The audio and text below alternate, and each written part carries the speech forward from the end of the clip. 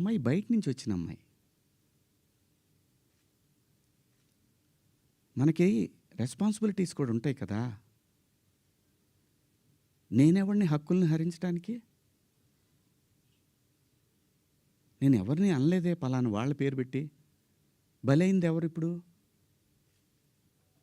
ప్రజల చేతిలో బలైంది ఎవరు? నాకేంటమ్మా, నాకేంటి అనసూయ గారు, మిమ్మల్ని ఎందుకంటాను నేను? అసలు మీరు ఎందుకు వచ్చారు దీంట్లోకి? నేను మిమ్మల్ని ఏమన్నా అన్నానండి?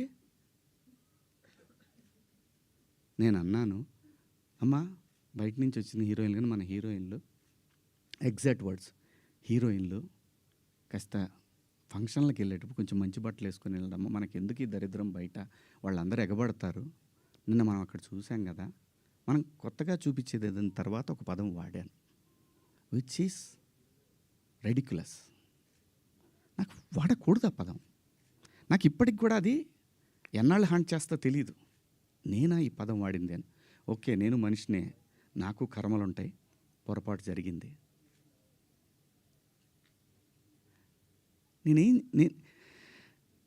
నా బాధ అంతా ఏంటంటే, నా వైఫ్ నా పిల్లలతోటి కరెక్ట్గా మాట్లాడలేకపోతున్నాను నేను. అది నా మిస్. వాళ్ళు నన్ను కన్సోల్ చేస్తున్నారు, వెళ్ళండి అని అంటున్నారు.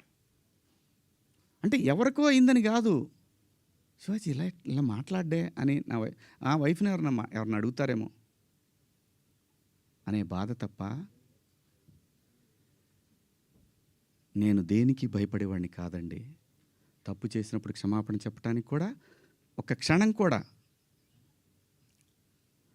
మనలో మనం కూర్చొని ఒక మాట అడిగితే సింపుల్గా, అమ్మ నన్ను క్షమించండి, నా వల్ల ఈ 2 పదాలు దొరిని అని చెప్పేదానికి దాన్ని చాలా దూరం సాగదీశారు.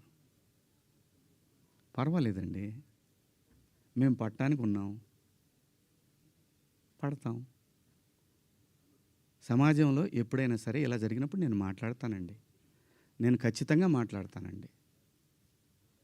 నేను ఏ తండ్రి వదిలేస్తారండి పిల్లల్ని? ఇంకొక పదం, ఒకప్పుడు ఒక జర్నలిస్ట్ మేడం గారు స్వేచ్ఛ మగాడిచ్చాడా అనే అంటే ఇదే డివిజన్ తీసుకురావటానికి. నేను అన్న ఉద్దేశం ఏంటంటే, స్వేచ్ఛ ఎందుకు కోల్పోవాలంటే, ఒక ఇంటర్మీడియట్ చదివే పాప ఒక సెమీ బాడీ కనిపిస్తా స్లీవ్లెస్ వేసుకొని వెళ్తే ఆ పాప అబ్యూజ్కి గురైనప్పుడు ఆ తండ్రి అనుక్షణం వెంటుంటాడు. అప్పటిదాకా హాయిగా తిరిగిన పిల్ల వీళ్ళ ప్రేమలో, వీళ్ళ పొసెసివ్నెస్ వల్ల ఆ పాప తన ఫ్రీడమ్ని కోల్పోయినట్టు ఫీల్ అవుతుంది. అది దాని అర్థం. మీరందరూ పెద్దవాళ్ళమ్మా, ఎవరెవరైతే నన్ను దోషిగా సమాజం ముందు నిలబెట్టాలనుకున్నారో మీ అందరికీ వందనాలు. మీరు బాధపడ్డందుకు మీకు కూడా క్షమాపణలు. ఇది శివాజీ ఎందుకు, ఇంకా ఇంతకుముందు చాలా జరిగినాయి కదా.